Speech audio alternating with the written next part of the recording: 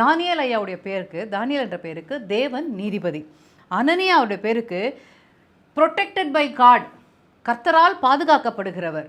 இல்லைனா God's Jehovah's grace, தேவனுடைய கிருபை பெற்றவர். அப்போ அனனியான்னு கூப்பிடும்போது கர்த்தரால் பாதுகாக்கப்படுகிறோம், கர்த்தரால் பாதுகாக்கப்படுகிறோம், கர்த்தருடைய கிருபை அறியாமையே நீங்கள் அறிக்கையிடுறீங்க இல்லையா? அதுதாங்க பேரில் இருக்கிற வல்லமை. உங்கள் பிள்ளைங்களை பேர் சொல்லி கூப்பிடும்போது, சந்தோஷம்னு கூப்பிடும்போது சந்தோஷம் சந்தோஷம் சந்தோஷம் வீட்டில் என்றைக்கும் இருக்கணும், அதற்கான சூழல் வீட்டில் ஏற்படணும். ஸோ அந்த பேரை வைக்கும் பொழுதே ஒரு அர்த்தத்தை புரிந்து அது என் வாழ்க்கையில் என் குடும்பத்தில் நிலை நிற்கணும், அது நிறைவேறணும் நினச்சி பேரை வைக்கணும். கூப்பிடும்போது அது நிறைவேறும். இப்போ பெல்தேஷாத் சார், வேலே இவனை காப்பாற்றுனா அவன் நினச்சினா பேல் தான் காப்பாற்றுன்னு. ஆனால் தானியேலுடைய பேருக்கு தேவன் நீதிபதி, நியாயம் செய்கிற தேவன். தானியேலேன்னு கூப்பிடும்போது நியாயம் செய்கிற தேவனே, நீதி செய்கிற தேவனே, நீதி செய்கிற தேவனேன்னு அழைக்கிறோங்க. உங்கள் பிள்ளைங்களுக்கு தானியேல்னு பேர் வைக்கும் பொழுது தேவாதி தேவனை அன்னோயிங்க, உங்களை அறியாமையே நீங்கள் அவரை துதிச்சுக்கிட்டே இருக்கீங்க. இதெல்லாம் தாங்க துதியின் ரகசியம். இந்த மாதிரிலாம் தான் கர்த்தர் துதிக்கணும்னு எதிர்பார்க்குறாரு. அப்போ எவ்வளோ நமக்கு ஞானம் வேணும், சாதுரிய ஞானம் வேணாங்க. சாதுரிய ஞானம் உதவவே உதவாது. எலோக்வெண்ட் விஸ்டம் வேண்டவே வேணாம். கர்த்தரால் நடத்தப்படணும். தானியேலே, என் மகனே தானியேல்னு கூப்பிடும் போது தேவன் நம்ம வீட்டுக்கு நீதிபதி, நீதி செய்கிற தேவனேன்னு அவரை அழைக்கிறீங்க. நீங்கள் பார்க்குறது பிள்ளையை அழைக்கிற மாதிரி இருக்குது. ஆனால் அங்கே பிசாசுக்கு காதில் நீதி செய்கிற தேவன் அவன் காதில் விழுந்துக்கிட்டு இருக்கு. அப்போ எப்படி உங்கள் வீட்டுக்குள்ளே வந்து அநீதியை அவன் நடத்த முடியும்? அதுபோல் அனனியாவின் பேருக்கு ப்ரொடெக்டட் பை காட், கர்த்தரங்களை பாதுகாக்கிறவர் சொல்லுங்க. அந்த பேரை அறிக்கையிடுற மாதிரி பேரை வைங்க. மிஷாவேல் என்கிற பேருக்கு தேவனை போல் இருப்பவர் யார்? என் தெய்வத்தை போல் இருப்பவர் யார்? என் தெய்வனை போல வேறு தெய்வம் அல்ல.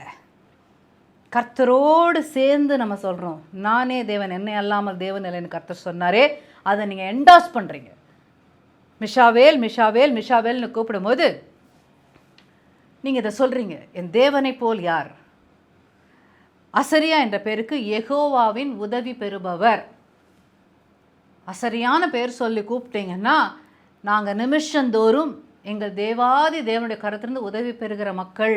அப்போ கர்த்தர் தானே உங்களுடைய படி அளக்கிறவர், அவர் தானே எல்லாவற்றையும் நம்ம வாழ்க்கையில் செய்கிறவர். இதை அறிந்திருக்கிறோம், புரிந்திருக்கிறோம், இது நடக்கணும் நம்ம வாழ்க்கையிலனா இப்படி தானே பேர்களை வைக்கணும்.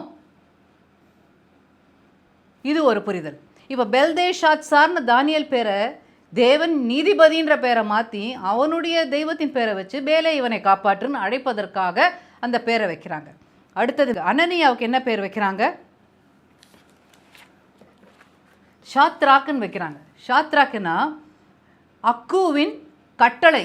அக்கு என்பது அவங்க ஆராதிக்கிற ஒரு தெய்வம். அந்த தெய்வத்தின் அடையாளம் என்னன்னா நிலா கடவுளை அக்குன்னு அவங்க அழைப்பாங்க.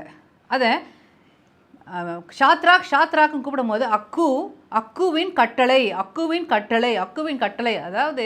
அதான் அறிக்கை. மெய் தெய்வத்தை அறியாதவனுக்கு இவ்வளவு தெய்வ வைராக்கியம், இதெல்லாம் நம்ம படிச்சுக்க வேண்டிய விஷயங்கள். மிஷாவேலினுடைய பேருக்கு மேஷாக் என்று மாற்றி வைக்கிறாங்க. அதற்கு என்ன அர்த்தம்னா அக்குவை போன்றவன்.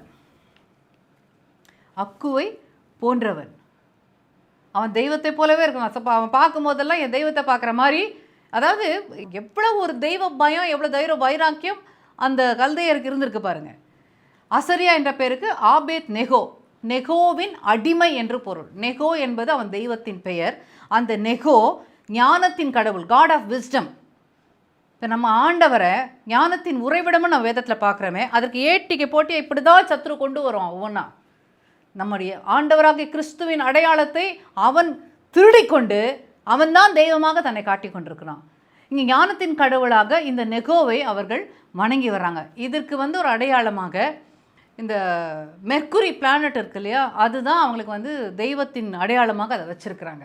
அதுதான் இது மெர்க்குரின்னு சொல்லும் பொழுதே நம்ம அப்போஸ்தலர் நடபடிகளில் நம்ம பார்க்குற 14ஆம் அதிகாரத்தில் 12ஆம் வசனத்தில் பர்னபா ஐயாவையும் பவுல் ஐயாவையும் அந்த ஜனங்கள் இவங்க நடக்கிற காரியங்கள், செயல்படுத்துகிற விஷயங்கள், கர்த்தர் இவங்களோடு இருந்து செயல்படுத்துகிற அற்புதங்களை பார்க்கும் பொழுது இவங்களை தெய்வங்களாக பாவிக்கிறாங்க. பாவிச்சு இவங்களுக்கு தெரிஞ்ச தெய்வம் என்ன? இந்த அக்கு, இந்த நெகோ, இந்த பேல் இது தானே. ஸோ இதுக்கான அடையாளங்களாக அவங்கள மெர்க்குரி, யூபிட்டர்னு கூப்பிட்டாங்க. அப்போஸ்தலர் நடபடிகள் 14ஆம் அதிகாரம் 12ஆம் வசனத்தில் பர்னபா ஐயாவை ஜூபிட்டர்னும் பவுல் ஐயாவை மெர்க்குரியன்னு கூப்பிடுறாங்க. ஜூபிட்டர்ன்ற தெய்வம் வந்து god of sky and thunder, வானமும் இடிமுழக்கத்துக்கும் தேவனாய் அந்த ஜூபிட்டரை பார்க்குறாங்க. அதுதான் ரோமர்களின் பிரதான தெய்வம், the chief god of Rome people. இந்த மெர்க்குரின்றது மெசஞ்சர் ஆஃப் காட்ஸ். அதாவது எப்படி போடப்பட்டிருக்கு, தீஸ் காட்ஸ், இந்த தேவர்கள் எல்லாம் மீடியேட்டர்ஸாக ஆப்ரேட் பண்ணுறவங்களாம். எப்படி they carry messages between the souls, the realm of dead and kingdom of the living. அதாவது மரித்து போன ஆவிகள் வாசம் பண்ணுகிற அந்த ஸ்தலத்திலிருந்து உயிரோடு வாழ்ந்து கொண்டிருக்கிற மக்களிடத்துக்கும் அவர்களுக்கும் இடையே செய்திகளை பரிமாறி கொண்டு போகிற மத்தியஸ்தர்களாய் பூஜிக்கப்படுகிற தெய்வங்களாக தான் இவங்களை பார்க்குறாங்க. இதை தான் மெர்க்குரி அப்படின்னு சொல்லி அவங்க இந்த கிரேக்கர்கள் அதை பூஜிக்கிறாங்க. ஸோ இதன் அடிப்படையில் தான் ஆவிகளை கூப்பிட்டு பேசுகிறது, வைக்கிறது, இந்த மாதிரியெல்லாம் நம்ம வந்து நிகழ்வுகளை நம்ம கேட்குறோம். அது நடக்குது, உண்மையான நிகழ்வுகள் தான். ஆனால் அதெல்லாம் தெய்வங்கள் அல்ல, அது இருளின் ஆதிக்கங்களினுடைய செயல்பாடுகள் நடத்தி கொண்டிருக்குது. அதனால் கொஞ்சம் அதெல்லாம் நம்ம கேட்கும்போது கொஞ்சம் நம்ம அலர்ட் ஆக வேண்டியது நம்ம கடமையாக இருக்குது. ஸோ இங்கே இந்த வாலிபர்களுடைய பெயரையெல்லாம் மாற்றுவதற்கான காரணம் அவர்கள் பூஜிக்கிற தெய்வத்தின் மேல் அவர்கள் வைத்திருக்கிற அந்த அன்பையும் அந்த பயத்தையும் காண்பிக்கிறதா இருக்குது. இது ஒரு விஷயம். இப்போது இந்த தானியேல் ஐயா குறித்து ஏன் நம்ம தியானிக்க ஆரம்பித்தோம்னா, இவருக்கும் இவர் கூட இருந்த இவருடைய நண்பர்களுக்கும் இருந்த வைராக்கியத்தை நாம் பார்க்க கடமைப்பட்டிருக்கிறோம். அதன் அடிப்படையிலே தெய்வம் இந்த மக்களை எப்படியெல்லாம் ஆசீர்வாதத்தை நடத்தினார், அற்புதங்களை செய்தார்ன்றது நம்ம தானியேல் புஸ்தகத்தை நிறைய பார்க்க முடியுது. குறிப்பாக தானியேல் ஐயா கிட்ட சில விசேஷமான காரியங்கள் கர்த்தர் நடத்தி கொண்டு இருந்தார். பார்க்கலாம். வசனம் 8 பாருங்க. 1ஆம் அதிகாரம் 8ஆம் வசனம். தானியேல் ராஜாவின் போஜனத்தினாலும் அவர் பானம் பண்ணும் திராட்சை ரசத்தினாலும் தன்னை தீட்டுப்படுத்தலாகாதென்று தன் இருதயத்தில் தீர்மானம் பண்ணிக்கொண்டு தன்னை தீட்டுப்படுத்தாதபடி பிரதானிகளின் தடைவனத்தில் வேண்டிக் கொண்டான். அதாவது என்ன வேணால் நீங்கள் பண்ணிக்கோங்க, எங்களுடைய டிசிப்ளினில், அதாவது உணவு முதற்கொண்டு கர்த்தர் எங்களுக்கு சொல்லிக் கொடுத்த காரியங்களில் மாத்திரம் நாங்கள் வைராக்கியமாக இருப்போம். அது மாதிரி அவர் கர்த்தரை தொழுது கொள்ளுகிற நேரத்தையும் எந்த ஒரு காரியத்துக்காகவும் அதை அவர் விட்டு கொடுக்கவே இல்லை. ஸோ இந்த வைராக்கியமெல்லாம் கர்த்தர் பார்த்துட்டே வந்து ஒரு அங்கீகாரத்தை 2ஆம் அதிகாரத்துலேருந்து கொடுக்குறாரு. அதுக்கப்புறம் தொடர்ச்சியாக நீங்கள் பார்த்தீங்கன்னா ஒவ்வொரு அதிகாரத்துலேயும் தானியேல் ஐயாவை கொண்டு கர்த்தர் செய்து வருகிற அந்த ஆப்ரேஷன்ஸ் எல்லாம் பார்த்திங்கன்னா ரொம்ப பியூட்டிஃபுல்லாக இருக்கும். அதுதான் வாய் நிரப்புகிற ஒரு அனுபவம். முதலாவது எக்ஸ்பீரியன்ஸை பார்க்கலாம். 2ஆம் அதிகாரத்தில் நேபுகாத் நேச்சார் சொப்பனத்தை பார்க்குறார். இந்த ராஜா கொஞ்சம் வெதண்டாவாதமாக ரொம்ப வெரி டிஃபிகல்ட் பர்சன், அப்படி தான் சொல்லணும். ரொம்ப கடினமான ஒரு அரசன். சொப்பனத்தை பார்க்குறது ஒரு பக்கமாக இருந்தாலும் அதனுடைய எக்ஸ்ப்ளனேஷனை கேட்கலாம், அதனுடைய அர்த்தத்தை கேட்கலாம். சொப்பனத்தையே கேட்குறாரு. அது ரொம்ப டிஃபிகல்ட். எங்க சொப்பனம் சொல்லியாச்சுன்னா நம்ம அர்த்தத்தை சொல்ல முடியும். இவர் கேட்குற விஷயம் என்னென்னா, நான் சொப்பனத்தையும் சொல்லணும், அதனுடைய அர்த்தத்தையும் சொல்லணும் பொழுது, அப்போ அங்கே இருக்கிற ஞானிகள் மற்றவங்கெல்லாம் என்ன சொல்கிறாங்க, இந்த மாதிரி ராஜாவை நாங்கள் ஒரு காலம் பார்க்கலாமா? 2ஆம் அதிகாரம் 10ஆம் வசனம் பாருங்கள். கல்தேயர் ராஜ சமூகத்தில் பிரதியுத்தரமாக, ராஜா கேட்கும் காரியத்தை அறிவிக்கத்தக்க மனுஷன் பூமியிலே ஒருவனும் இல்லை. ஆகையால் மகத்துவமும் வல்லமையுமான எந்த ராஜாவும் இப்படிப்பட்ட காரியத்தை ஒரு சாஸ்திரியின் இடத்திலாவது, ஜோசியன் இடத்திலாவது, கல்தையன் இடத்திலாவது கேட்டதில்லை. நாங்கள் வாழ்நாள் இவ்வளோ நாள் பார்த்துருக்கோம், எந்த ராஜாவும் இந்த மாதிரிலாம் கேட்டதில்லை. சொப்பனத்தை சொன்னால் நாங்கள் சொல்ல முடியும், அர்த்தத்தை சொல்ல முடியும்னா, இந்த ராஜா என்ன சொல்கிறாரு, நினைக்கிறாரு, நான் சொப்பனத்தை சொல்லிட்டேன்னா நீ காது கண்ணு மூக்கு வச்சு இஷ்டத்துக்கு நீ எதையாவது ஒன்று சொல்லுவ, அதை நான் நம்பணுமா? உண்மையிலே உனக்கு ஞான திருஷ்டி இருக்குன்னா, உன்கிட்ட தெய்வம் வெளிப்படுத்துகிறாருன்னா, நான் கண்ட சொப்பனத்தை சொல்லு. ஸோ அது எனக்கு ஃபஸ்ட்டு சைன், நீ கடவுளால் பேசுகிற மனுஷன் தான் நான் தெரிஞ்சுக்குவேன். அப்போ நீ சொல்கிற அர்த்தம் நிச்சயமாக கடவுள் சொல்கிற அது உண்மையான அர்த்தமாக தான் இருக்கும் அப்படின்ற ஒரு சைன். எவ்வளோ ஒரு சாதுரியமான ஒரு மனிதன் பாருங்க, ரொம்ப டிஃபிகல்ட் பர்சன். இப்போ இவங்க சொல்கிறாங்க, அவர் கேட்டு இருக்கிற ஞானதிருஷ்டிக்காரனாக சொல்கிறாங்க, இந்த மாதிரியெல்லாம் எந்த ராஜாக்கிட்டையும் நாங்கள் வண்டி ஓட்டினதில்லைன்ற மாதிரி சொல்கிறாங்க. இந்த மாதிரி நாங்கள் யாருமே கேட்டதில்லை. 11ஆம் வசனத்தில் சொல்கிற வார்த்தையை பாருங்கள்.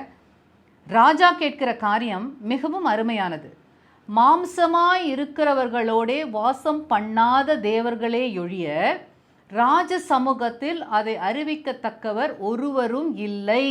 அருமையானவர்களே, அண்டர்லைன் பண்ணிக்க வேண்டிய விஷயங்கள்.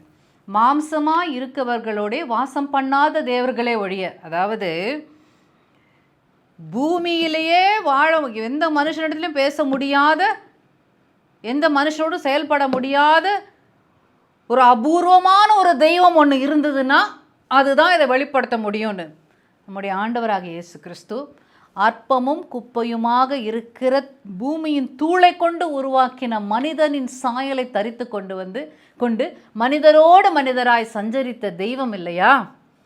அவன் ஆராதிக்கிற தெய்வத்துக்கும் நாம் ஆராதிக்கிற தெய்வத்துக்கும் எவ்வளவு வித்தியாசம் இருக்கு. அவன் சொல்லுகிற காரியம், மாம்சமாக இருக்கிறவர்களோடு வாசம் பண்ணாத தேவர்களே ஒழிய, மாம்சமாக இருந்து வந்து வாழ்ந்து மாம்சமாக இருந்தவர்களோடு வாசம் பண்ணின தெய்வம் இன்னைக்கு தன்னுடைய பரிசுத்த ஆவியானவரை கொண்டு அதே மாம்சத்துக்குள்ளாக இருந்து செயல்படுத்தி கொண்டிருக்கிற அந்த தெய்வம் நமக்கு எவ்வளவு காரியங்களை வெளிப்படுத்த முடியும். வெளிப்படுத்தினார் இல்லையா இங்கே தானியேலுக்கு? இவங்களுடைய புத்தி ஞானம் அவ்வளவுதான். ஏதோ ஒன்று நடக்க முடியாத ஒரு வல்லமை தான் இந்த மாதிரி காரியத்தெல்லாம் செய்ய முடியும்னு நினச்சிக்கிட்டு இருக்க தருணத்தில் ராஜாவுக்கு வேறு வழியே தெரியல. யாராலும் இதை சொல்ல முடியலன்னா என்னுடைய ராஜ்யத்தில் இப்படிப்பட்ட ஆட்கள் இருக்க வேண்டிய அவசியமே இல்லைன்னு சொல்லி எல்லா ஞானிகளையும் கொல்லும்படியாக உத்தரவு போடுறார். அப்போ அந்த காரியத்தை நிறைவேற்றும்படியாக ஒரு அதிகாரி ஆரியோகுன்ற ஒருத்தனை அனுப்புகிறாரு ராஜா. அப்போ தானியேலையும் அங்கே ஞானியாகத்தான் அங்கே வச்சுருக்கிறாங்க. அப்போ இவங்க எல்லாருமே அங்கே கொல்லப்படணும். தானியேல், அவர் கூட இருக்கிற ஃப்ரெண்ட்ஸ் அனனியா, மிஷாவேல், அசரி, இவங்கெல்லாம் கொல்லப்படணும். இந்த செய்தி இதை நிறைவேற்றுவதற்காக அந்த ஆரியோகு வந்துட்டு இருக்கும்போது தானியேலை நிறுத்துறார். இருங்க, என்ன செய்ய போகிறீங்க அப்படின்னு. இல்லை, ராஜா அவனுடைய கட்டளை பிறந்துருச்சு, ஞானிகள் எல்லாரையும் கொல்ல சொல்லியிருக்கார். என்ன காரணம்? ராஜா அவருடைய சொப்பனத்தை சொல்ல முடியாத எந்த ஞானியும் அவர் ராஜ்யத்தில் இருக்கக்கூடாதுன்னு சொல்லி கொல்ல போகிறாரு. அப்போது கொஞ்சம் தருணம் கொடுங்க, யாரையும் கொண்டுடாதீங்க, கொஞ்சம் டைம் கொடுங்க, நான் தேவ சமூகத்தில் நான் காத்திருந்து காரியங்களை கேட்டு வரேன்னு சொல்லிட்டு போகிறார். தேவ சமூகத்தில் உட்கார்ந்து தன்னோடு இருந்த சக நண்பர்களுக்கும் அறிவித்து தேவ சமூகத்தில் ஜெபிக்க சொல்கிறார். கர்த்தர் காரியத்தை வெளிப்படுத்துகிறார். வெளிப்படுத்தின பிறகு 21ஆம் வசனத்திலேருந்து தானியேலை கொண்டு போய் நிறுத்தும்பொழுது தானியேல் பேச ஆரம்பிக்கிறார். அப்போ அவர் சொல்கிற விஷயம் 29ஆம் வசனம் பாருங்கள். ராஜாவே, உம்முடைய படுக்கையின் மேல் நீர் படுத்திருக்கையில் இனிமேல் சம்பவிக்க போகிறதென்ன என்கிற நினைவுகள் உமக்குள் எழும்பிற்று. அப்பொழுது மறைபொருளை வெளிப்படுத்துகிறவர் சம்பவிக்க போகிறதை உமக்கு தெரிவித்தார். அருமையானவர்களே, ராஜா கேட்டது சொப்பனம் தாங்க. சொப்பனம் சொல்லு, சொப்பனம் சொன்ன பிறகு அது அர்த்தத்தை சொல்லு. ஒரு படி மேலே போய் நம்முடைய தேவாதி தேவன் ஒரு விஷயத்த சொல்கிறார். நீ படுக்க போகும்போது நினைத்த நினைவையும் கூட உனக்கு நான் சொல்லி கொடுப்பேன். ராஜாவுடைய சொப்பனத்தை சொல்லலைங்க, ராஜா படுக்க போகும்போது நினைவில் நினைத்த நினைவையும் சேர்த்து தானியேல் சொல்லுகிறார். அப்படிப்பட்ட காரியத்தை வெளிப்படுத்துகிற தெய்வம் நம்முடைய தெய்வம். அருமையானவர்களே, நம்புறீங்களா? இது நடந்த நிகழ்வு, இது கட்டுக்கதை இல்லை. இது நடந்த நிகழ்வு. இந்த தானியேலின் புஸ்தகத்திலே தேவாதி தேவன் ஆண்டவராக இயேசு கிறிஸ்து வந்ததையும் இனி வரப்போகிற இரட்சகரையும் குறித்து, இனி வரப்போகிற கொடுமையான உபத்திரவ காலம், மகா உபத்திரவ காலங்கள், தேவனோடு வாழப்போகிற காலம், இது எல்லாத்தையும் இந்த தானியேல் புஸ்தகத்திலே அருமையாய் தேவன் பேசி கொண்டிருக்கிறார், வெளிப்படுத்தி வைத்திருக்கிறார், பதிவு பண்ணப்பட்டிருக்கு. இது லேசான புத்தகம். இது வெளிப்பாடுகள் நிறைந்த ஒரு தீர்க்க தரிசன புத்தகம். தானியேலின் புத்தகம் லேசாக கர்த்தரதையும் செய்யலை. அப்போ இந்த அளவுக்கு இந்த தாசனுடைய வாயை கர்த்தர் நிரப்ப முடியுமா? சொப்பனத்தின் அர்த்தம் மாத்திரமல்ல, சொப்பனம் பார்க்கனுடைய நினைவில் என்ன நினைத்தானோ, தூங்க போகிறதுக்கு முன்னாடி நினைக்கிற நினைவையும் சேர்த்து காண்பித்த தெய்வம் அல்லையா நம்முடைய தெய்வம்? இந்த மாதிரியான அற்புதத்தை தான் கர்த்தர் நம்ம வாழ்க்கையிலே நடத்தணும்னு நினைக்கிறாரு. அப்போது நம்ம எல்லாரையுமே அதே தானியேலின் அபிஷேகத்துக்குள்ளாக வைத்து பார்த்து கொண்டிருக்கிற தெய்வம் அவர்.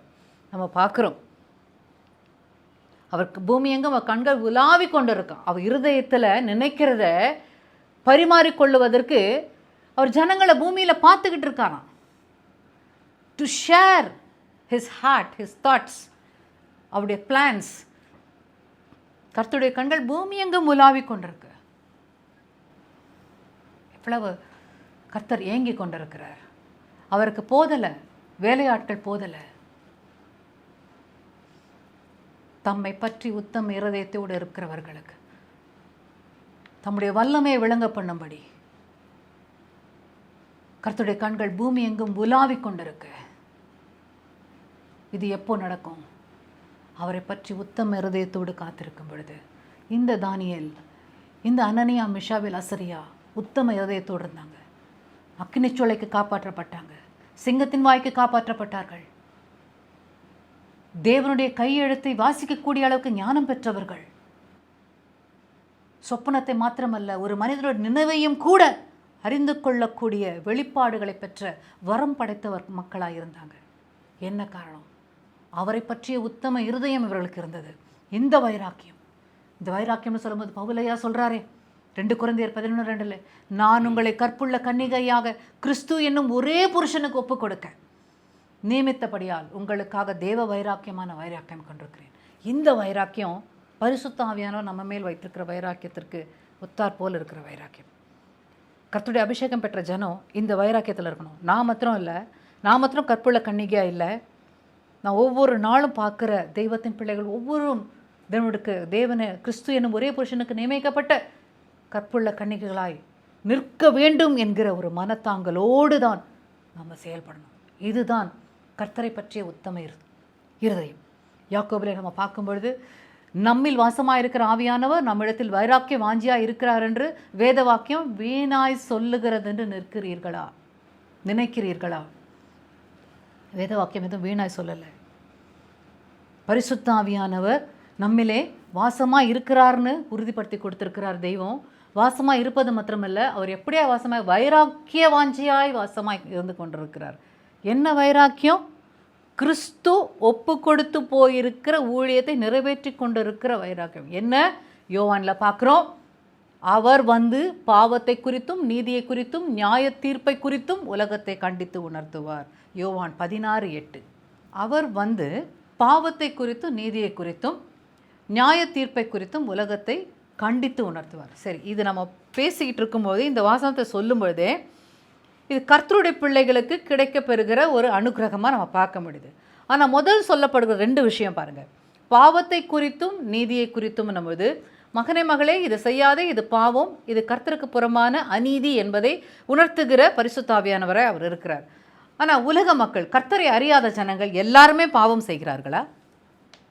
எல்லாருமே அநீதி செய்கிறாங்களா? அதில் எத்தனை உத்தமங்க இருக்கிறாங்க? எத்தனை பேர் அறியாத தெய்வத்தை தெய்வமாக கொண்டிருந்து வந்து பக்தியில் வைராக்கியமாக இருக்கிறாங்க? நிறைய பேர் உத்தமமாக வாழ்ந்திருக்காங்க. நிறைய பேர் தான தர்மம் பண்ணிகிட்டு இருக்காங்க. நிறைய பேர் கடவுளுக்கு பயந்து பரிசுத்தமாக வாழ்ந்துட்டு இருக்காங்க. எந்த ஒரு கெட்ட பழக்கமும் சரீரத்தில் தீட்டுப்படுத்தாத படிக்க அவ்வளோ வைராக்கியமாக தெய்வ பக்தியோடு வாழ்ந்துட்டு இருக்கிற உலகத்தில் நிறையா பேர் இருக்கிறாங்க. அவங்களெல்லாம் எந்த பரிசுத்தாவியானவர் நடத்திக்கிட்டு இருக்காரு? ஆனால் அவங்களுக்கும் நமக்கும் இருக்கிற ஒரே வித்தியாசம் என்னென்னா, நியாய தீர்ப்பை குறித்த வெளிப்பாடு இல்லாதவர்களாய் அந்த வைராக்கியத்திலே நிலைத்து கொண்டிருக்கிறார்கள். நமக்கு என்ன இருக்குது? ஒரு ரகசியம் இருக்குது. நமக்கு பாவத்தை குறித்தும் தெரியும், நீதியை குறித்தும் உணர்த்துகிற ஆவியானவர் இருக்கிறார். அதோடு கூட நியாய தீர்ப்பை குறித்த காரியத்தையும் உணர்த்துகிற ஆவியானவர் இருக்கிறார். என்ன நியாய தீர்ப்பு? எனக்கு கிடைக்க போகிற நியாய தீர்ப்பும், பிசாசுக்கு கிடைத்த நியாய தீர்ப்பும், அவனுக்கு எழுதப்பட்டிருக்கிற அவியாத அக்கினி கடல் என்கிற சத்தியத்தையும் உணர்த்தி கொண்டிருக்கிற ஆவியானவர் உங்களுக்குள்ளும் எனக்குள்ளும் இருக்கிறார். இதுதான் டிஃபரன்ஸ். இதுதான் அஞ்ஞானிக்கும் தேவஜனத்துக்கும் இருக்கிற வித்தியாசம். இதுதான் ரகசியம். இதைத்தான் இந்த வாயில நிரப்பணும்னு கர்த்தர் விரும்புகிறார். இதுக்கு என்ன செய்யணும்? அவரை பற்றி உத்தம இருதயத்தோடு இருக்கணும். அப்போ அவர் தன்னுடைய காரியங்கள்லாம் வெளிப்படுத்துவார். தானியேல் ஐயாவுக்கு வெளிப்படுத்தினது போல தெய்வம் நம்மோடும் இருந்து நமக்கு காரியத்தை வெளிப்படுத்துவார். அப்போது இங்கே யோசேப்பு ஐயாவோடு தெய்வம் எப்படி காரியங்களை செய்தார்? அவருக்கு என்ன அனுகிரகிக்க போகிறாரோ சொப்பனத்தை காண்பித்தார். ஆனால் அதோடு கூட தன்னோடு கூட சிறையில் இருந்தவர்களுக்கும் கர்த்தருடைய திட்டம் என்ன, அவர்களுடைய எதிர்காலம் என்ன என்பதை ஆண்டவர் பேச செய்தார். அதை பேச செய்வதற்கான காரணமே அந்த தருணம்தான் யோசேப்பு அதிகாரியாய் வரப்போவதற்கான ஒரு துவக்கமாய் அது இருந்தது. அந்நிய தேசத்திலே ஒரு அதிகாரி ஸ்தானத்துக்கு வருவதற்கான ஒரு துவக்கமாக இருந்தது அந்த சிறையிருப்பின் அனுபவம். ஸோ இந்த ப்ராசஸுக்குள்ளெல்லாம் போக யோசேப்பு ஒப்பு கொடுத்து தெய்வத்துக்குள்ள கர்த்தருக்குள்ளாக பரிசுத்தத்தை காத்து கொண்டதுனால கர்த்தரால் அவருடைய வாயை நிரப்ப முடிந்தது. அவருடைய காரியங்கள் எல்லாம் அறிவிக்க முடிந்தது. அவருடைய வெளிப்பாடுகள் எல்லாம் அந்த தாசனுடைய வாழ்க்கையிலே அப்படியாய் முற்றிலுமாய் நிறைவேற அது போதுமானதாக இருந்தது. இங்கே தானியேலுடைய அழைப்பிலும் அவருடைய வைராக்கியம், தெய்வத்துக்கென்று தன்னுடைய சரீரத்தை கூட அசுத்தம் ஆக்கக்கூடாது என்கிற ஒரு நினைவு, எல்லாவற்றுக்கும் மேலாக தனக்குள்ள இருக்கிற வல்லமையை தக்க வைத்து கொள்ள வேண்டும் என்கிற ஒரு உறுதி, இது எல்லாமே தெய்வத்தை ரொம்ப பிரியப்படுத்தின விஷயமா இருந்தது. அதாவது அந்த இருதயம் எப்பொழுதும் தெய்வத்துக்கென்று நான் உத்தமமாக இருக்க வேண்டும் என்று துடித்து கொண்டே இருந்த இருதயம். அதனால் தெய்வம் ரொம்ப பியூட்டிஃபுல்லாக ஈஸியாக அவரை கையாள ஏதுவானதாக இருந்தது. இறுதியாக ஆண்டவர் நம் வாயை விரிவாய் திறக்கும் போது ஒரு விசேஷித்த நன்மையினால் நிரப்புகிறார். இதுவரைக்கும் பார்த்ததெல்லாம் அவர் வெளிப்பாடுகளை குறித்தது. இனி பார்க்க போகிற ஒரே ஒரு விஷயம், இதை பார்த்து நம்ம இந்த தியானத்தை நிறைவு செய்யலாம். இனி பார்க்க போகிறது மறைவான வெளிப்பாடுகளை கர்த்தர் பேச காத்திருக்கிறார். அதாவது இது பிறருக்கான ஒரு காரியத்தை தான் நம்ம இவ்வளோ நாள் பார்த்தோம். அதாவது ஒவ்வொரு மனிதனுக்குரிய கர்த்தர் வைத்திருக்கிற காரியங்களை வெளிப்படுத்துகிறாருன்னு சொல்லி யோசேப்பு ஐயா மூலமாகவும் தானியேல் ஐயா மூலமாகவும் பார்த்துருக்கோம். பட் அவங்க வழியாக அவங்கள சுற்றி இருந்தவங்களும் நன்மை பெறும்படியான காரியங்களையும் பார்த்தோம். இங்கே கர்த்தருக்கென்று ஆத்துமா எப்படி வாழ வேண்டும், எப்படி வாழ்கிறது என்கிற உண்மையை கர்த்தர் வெளிப்படுத்த இந்த காரியத்தை நமக்கு தேவன் உணர்த்த விரும்புகிறார். அது என்னன்னா, மறைவான வெளிப்பாடுகள். என் வாயை விரிவாய் திறக்கும் பொழுது கர்த்தர் அவருடைய வார்த்தையினால் நம்ம வாயை நிரப்புகிறார். தேவ வார்த்தையினால் தேவ வார்த்தையில் அடங்கியிருக்கும் சத்தியங்கள், ரகசியங்கள், இது ரொம்ப முக்கியம். அதாவது பைபிளை நம்ம வாசிக்கும் பொழுதே சில காரியங்கள் புரியாது. சில காரியங்கள் பார்த்திங்கன்னா அப்படி எழுத்தின்படியாக பார்த்து புரிந்து கொள்ளக்கூடிய ஒரு அறிவுக்குள்ளாக தான் நம்ம போவோம். ஆனால் நிறையா விஷயங்கள் அப்படி கிடையாது. நிறையா விஷயங்கள் அப்படியே லிட்ரலாக நம்ம எடுத்துக்கிட்டு நம்ம போனோம்னா ராங் டைரக்ஷனில் போயிடுவோம். அதை அசை போட்டு அதில் இருக்கிற மறைப்பொருளை அறிந்து கொள்ள நம்ம ஆசிக்கலாம். ஆண்டவரே, இது எழுத்தின்படியாக எடுத்துக்கொள்ள வேண்டிய விஷயம் இல்லையேன்னு படிக்கும் பொழுதே மனசில் தோணும். அப்போ இதுக்கு பின்னாடி இருக்கிற ரகசியம் என்னப்பா, அதை கேட்குறீங்க தெரியுமா? அதுதான் வாய் விரிவாய் திறக்கிற அனுபவம். which means desiring and longing for the Lord to give you all the revelations about His word. அவ்வளோதான். வேதத்தை அப்படியே மனப்பாடமாக வாசிக்கிறதுன்னு ஒரு தாளந்து. ஆனால் வாசித்த வார்த்தைகளை அசை போடுவதும் அதில் இருக்கிற ரகசியங்களை புரிந்து அநேகருக்கு அதை எடுத்து சொல்கிறதுன்றதுக்கு பாருங்கள், அது ஒரு விசேஷித்த ஒரு ஞானம். அது கர்த்தரால் கொடுக்கப்படுகிற ஒரு காரியம். அந்த டிசைர் நமக்கு இருக்குது பாருங்கள், அதுதான் நம்ம வாயை விரிவாய் திறக்க வைக்கிறது. அப்போ ஒவ்வொரு நாளும் தேவ சமூகத்தில் போய் உட்காரும் பொழுது, தெய்வமே இன்றைக்கு இந்த வேத பகுதியை வாசிக்கும் போது இதில் என்ன சத்தியம் இருக்குது? Because when I carry this word, when I go into the world, இந்த வார்த்தையை நான் எடுத்துகிட்டு போகும் பொழுது இதில் என்ன செய்தி வச்சுருக்கிறீங்க? நான் உபதேசியாக என்னை அபிஷேகித்திருந்தீங்கன்னா அதை சரியாக நான் யூஸ் பண்ணணும். அந்த அழைப்பை, இஃப் ஐ ஆம் அ ப்ரீச்சர், அதை ப்ராப்பராக நான் ஹேண்டில் பண்ணணும். இல்லைனா என்னுடைய சாதுரிய ஞானத்தில் அதை உபதேசிக்கிற மாதிரி போயிடும். அது வார்த்தை வீணாய் போட்ட மாதிரி ஆகிடும். போட்ட மாதிரியும் மாத்திரம் இல்லை, நான் அதை ராங்காக நான் அதை துஷ்பிரயோகம் பண்ணிட்டேன்னு கூட சொல்லலாம். ராங்காக அதை நான் யூஸ் பண்ணிட்டேன். கர்த்தருடைய வார்த்தையை ராங்காக யூஸ் பண்ணிட்டா அதனுடைய ஆக்கினை என் தலைமையில தான் விழும். ஏன்னா தவறுதலாக நான் நடத்துகிறவளாக போயிடுவேன். அப்போ எவ்வளவு காவலோடு, எவ்வளவு ஜாக்கிரதையோடு கர்த்தருடைய வார்த்தையை பேசணும்ன்றது ஒரு எச்சரிப்பைங்க நமக்கு கொடுக்கப்படுகிறது. அப்போ இந்த வார்த்தையின் ரகசியங்களை பேச தெய்வம் காத்திருக்கிறார். அடுத்தபடியாக தேவன் இன்னொரு விஷயத்தை கொண்டு நம்ம வாயை நிரப்ப அவர் திட்டம் வைத்திருக்கிறார். அது அவருடைய மறைவான ரகசியங்கள் அடங்கிய அவர் மன்னாவை குறித்ததான காரியமாக இருக்குது. இந்த மன்னா வேதாகமத்தில் இதனுடைய ருசி 2 விதமாக சொல்லப்பட்டிருக்கு. ஒன்று தேனிட்ட பணியாரம் போல் இருந்ததுன்னு சொல்லி வேதாகமத்தில் பார்க்குறோம். இன்னொன்று புது ஒலிவ எண்ணெயின் ருசி போல் இருந்ததுன்னு சொல்லி நம்ம பார்க்குறோம். இது வசனத்தில் நம்ம எங்கே பார்க்கலான்னா, யாத்திராகமம் 16ஆம் அதிகாரத்தில் 14ஆம் வசனம் பாருங்கள். பெய்திருந்த பனி நீங்கின பின் இதோ வனாந்தரத்தின் மீதெங்கும் உருட்சியான ஒரு சிறிய வஸ்து உறைந்த பனிக்கட்டி பொடியத்தனையாய் தரையின் மேல் கிடந்தது. 31 இஸ்ரவேல் வம்சத்தார் அதற்கு மன்னா என்று பெயரிட்டார்கள். அது கொத்தமல்லி அளவாயும் வெண்மை நிறமாயும் இருந்தது. அதன் ருசி தேனிட்ட பணிகாரத்திற்கு ஒப்பாக இருந்தது. தேனிட்ட பணிகாரத்துக்கு ஒப்பாக இருந்தது பொழுது இந்த தேனை குறித்த தாசர்கள் வேதாகமத்தில் நிறைய விஷயங்கள் சொல்லியிருக்காங்க. குறிப்பாக 119ஆம் சங்கீதத்தில் நம்ம பார்க்கலாம். அந்த சங்கீதக்காரன் என்ன சொல்கிறார்? உம்முடைய வார்த்தைகள் என் நாவுக்கு எவ்வளவு இன்பமானவைகள். 103ஆம் வசனம். உம்முடைய வார்த்தைகள் என் நாவுக்கு எவ்வளவு இன்பமானவைகள், என் வாய்க்கு அவைகள் தேனிலும் மதுரமாய் இருக்கும். உமது கட்டளைகளால் உணர்வடைந்தேன், ஆதலால் எல்லா பொய் வழிகளையும் வெறுக்கிறேன். கர்த்தருடைய வார்த்தை ஒரு மனிதனுக்கு தேனிலும் இன்பமாக இருக்குதுன்னா அது எப்படிப்பட்ட ஒரு அனுபவமா? தொடர்ந்து அவர் சொல்கிற விஷயந்தான் அவருடைய அனுபவம். அவர் கட்டளைகளால் உணர்வடைந்த, உணர்வை கொடுக்கிற ஒரு அனுபவம் இருக்குது பாருங்கள், அதுதான் தேனிலும் மதுரமான ஒரு அனுபவம். இதுதான் உத்தம இருதயத்தோடு இருக்கிறவர்களுடைய ஒரு வாழ்க்கையினுடைய நிலவரம். தெய்வத்தின் வார்த்தை எதுவாக இருந்தாலும் அது என்னை சரி செய்யறதுக்கு தான் சொல்லப்பட்டிருக்கு அப்படின்ற ஒரு உணர்வு வருது பாருங்கள், அதுதான் தேனிலும் மதுரமான ஒரு விஷயம். ஏன் அப்படின்னா, நம்முடைய முற்பிதாவாகிய ஆபிரகாமுக்கு நான் உனக்கு நீ பரதேசியாக சுற்றுற இந்த தேசத்தை உனக்கும் உன் பின்வரும் சந்ததிக்கும் நித்திய உடன்படிக்கையாக நித்திய சுதந்திரமாக நான் கொடுப்பேன்னு சொன்னார் இல்லையா? ஸோ அதெல்லாம் வாக்குத்தத்தங்களை படிக்கும்பொழுது தேனை சாப்பிட்டது போல் இருக்குது. ஆனால் அந்த வாக்குத்தத்தம் நிறைவேறணும்னா நம்ம கடந்து போக வேண்டிய ப்ராசஸ் இருக்குது பாருங்கள், அது கொஞ்சம் கடினமான ப்ராசஸ். அந்த ப்ராசஸ் தான் இவர் இங்கே ரொம்ப என்ஜாயபிளாக இருக்குது. சுகமான சுமைகள்னு சொல்லி கேள்விப்பட்டிருக்கோம். அது தேவையில்லாத விஷயத்துக்கெல்லாம் அந்த வார்த்தையை யூஸ் பண்ணுவாங்க. ஆனால் அது ரொம்ப அருமையான ஒரு வார்த்தை. அது உண்மையாகவே கிறிஸ்தவ வாழ்க்கையிலே அந்த வாழ்வின் அனுபவமாகவே அது இருக்கிறது. சுகமான சுமை, கர்த்தருடைய வார்த்தையை இருதயத்தில் சுமந்து கொண்டு நடக்கிறோமே, அந்த சுமை எப்படியா இருக்குது? சுகமாக இருக்கணும் ஒரு விசுவாசிக்கு. அது என்னைக்கு பாரமாக தெரியும்னா, அந்த வார்த்தைக்கு விரோதமாக நம்ம யோசிக்கும் பொழுது, இல்லை சில வார்த்தைகளை ஒதுக்கி போட்டுட்டு எது கம்ஃபர்டபுளாக இருக்கோ அந்த வார்த்தையை மட்டும் எடுத்துக்கிட்டு வாழ்கிறோம் பாருங்கள், அப்போதான் அது ஒரு ஒரு வித்தியாசமான ஒரு அனுபவத்துக்கு போயிடும். சுகமான சுமையாக இருக்காது.